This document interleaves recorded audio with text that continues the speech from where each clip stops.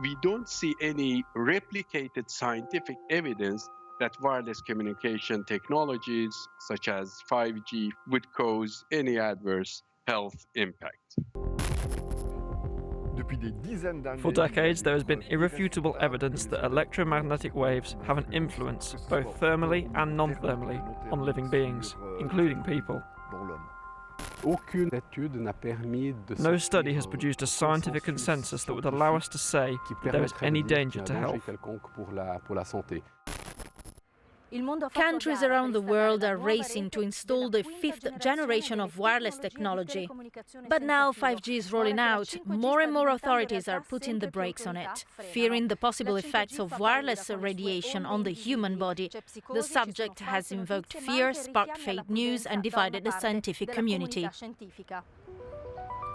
Switzerland has been at the forefront of the 5G rollout, installing over 2,000 antennas last year alone. But the implementation of it is now slowing down.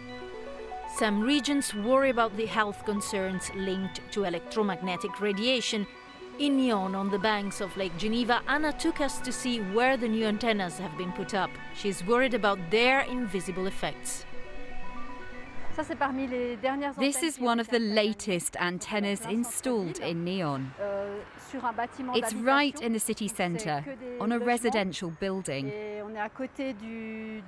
It's also close to a secondary school building too. Anna is electrohypersensitive, like around 10% of the Swiss population. This condition has cost her a previous job and forced her to move from place to place. She has lived with her mother for over 1 year now, but is about to move again. In mid-April last year, I struggled to sleep again. I had heart palpitations, and after 3 days, I was exhausted. Then someone told me there's a 5G antenna in Nyon. I looked at the official map, looked at the address, and it turned out that this antenna was 200 meters from my bedroom. I put my bed back in the car and returned to sleeping in the woods as before, when I did not know how to protect myself. 5G has been launched in 17 countries in Europe, including Switzerland, Norway and the UK. But the new technology, promising a hyper-connected world, is still being tested. In Switzerland, 90% of the territory is covered by standard 5G, a kind of enhanced 4G. Protests and restrictions have hampered the real 5G network, known as 5G Plus, from being rolled out. To deploy 5G Plus, we will need, between the three operators, around 26,000 new antennas. We have extremely strict electromagnetic radiation thresholds in Switzerland, 10 times higher than what the WHO recommends, and higher than what is applied in most other countries. International limits are a matter of controversy. Each country chooses its own, based on European recommendations. But do these exposure standards guarantee people's safety against 5G radiation? There's no clear answer. We did an experiment with the founder of Stop 5G to try and find out more. Here we can hear the noise. Unfortunately, it's difficult to measure. The radiation is too high here. If I point it towards the sky, it works though. You see the values are quite high. It's over 3 volts per meter, sometimes even 4. There are peaks. So what will happen with 5G? Because it can only increase. Olivier Bodenman, an electrical engineer, measured the radiation right in the center of Geneva. What worries us is the power increase. The operators would like to increase it fourfold.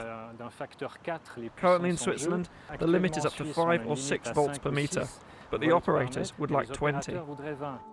We are all exposed to electromagnetic waves, but how do our bodies respond?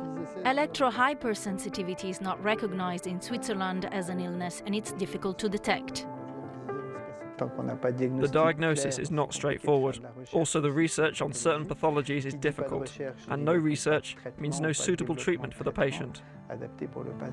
Anna's doctor, who is an expert in hypersensitive patients, says symptoms from severe headaches to heart palpitations vary from patient to patient and are not always evident.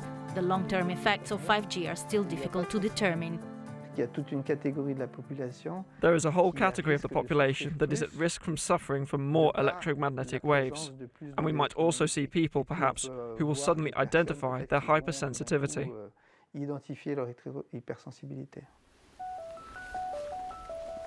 5G has triggered irrational fears, but experts are also concerned. Daniel Favre is among hundreds of scientists who think precautionary steps should be taken. He signed appeals sent to the United Nations and European Union asking for the health effects of it to be reassessed. Daniel has been looking into the impact of electromagnetic fields on honeybees for years. This cell phone emits the waves, while this one receives the waves. At the same time, I have a device that records the sound that the colony makes in the beehive. This is why it is connected to a microphone placed under the beehive.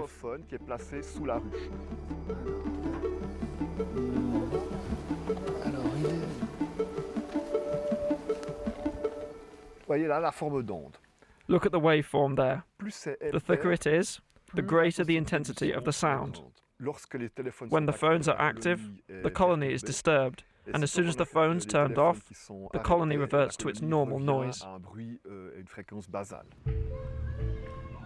Implementing 5G safely for people and the environment requires more time for independent research and to better digest the information already available in the thousands of papers that have been published on it.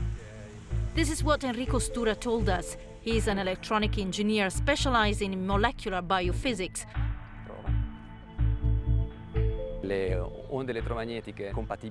The electromagnetic waves produced by personal telecommunication systems during reasonable periods of time lead to demonstrable and proven DNA damages.